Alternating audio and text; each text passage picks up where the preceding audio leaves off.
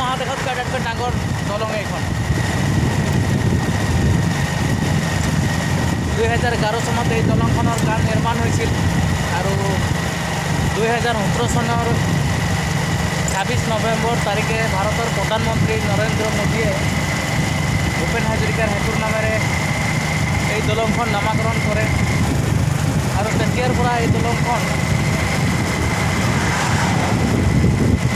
অসম আৰু অৰুণাচল মাজত অৰ্থনৈতিক যাতায়াতৰ এক পথ সুন্দৰ পথ মুকলি হৈছে। আপোনালোকে দেখিব পাইছে সুন্দৰ প্ৰাকৃতিক মনোৰম দৃশ্য আছে ইয়াত, খুব ভাল লগা দৃশ্য আছে।